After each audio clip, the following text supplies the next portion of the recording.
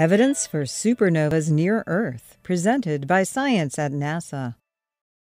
Once every 50 years, more or less, a massive star explodes somewhere in the Milky Way. The resulting blast is terrifyingly powerful, pumping out more energy in a split second than the sun emits in 1,000,000 years. At its peak, a supernova can outshine the entire Milky Way. It seems obvious that you wouldn't want a supernova exploding near Earth. Yet, there is growing evidence that one did. Actually, more than one. About 10 million years ago, a nearby cluster of supernovas went off like popcorn. We know because the explosions blew an enormous bubble in the interstellar medium, and we're inside it. Astronomers call it the local bubble. It is peanut-shaped, about 300 light-years long, and filled with almost nothing. Gas inside the bubble is very thin, 0.001 atoms per cubic centimeter, and very hot, roughly 1,000,000 degrees. A sharp departure from ordinary interstellar material. The local bubble was discovered gradually in the 1970s and 1980s. Optical and radio astronomers looked carefully for interstellar gas in our part of the galaxy, but couldn't find much in Earth's neighborhood. Meanwhile, X-ray astronomers were getting their first look at the sky using sounding rockets and orbiting satellites, which revealed 1,000,000-degree X-ray glow coming from all directions. It all added up to Earth being inside a bubble of hot gas blown by exploding stars.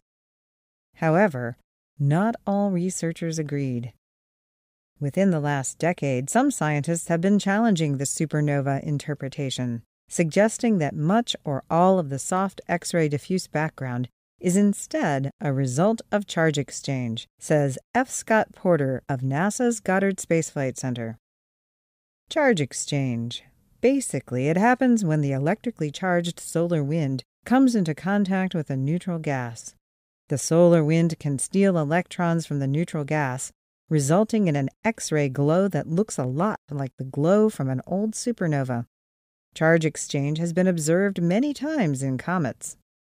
So is the X-ray glow that fills the sky a sign of peaceful charge exchange in the solar system, or evidence of terrifying explosions in the distant past?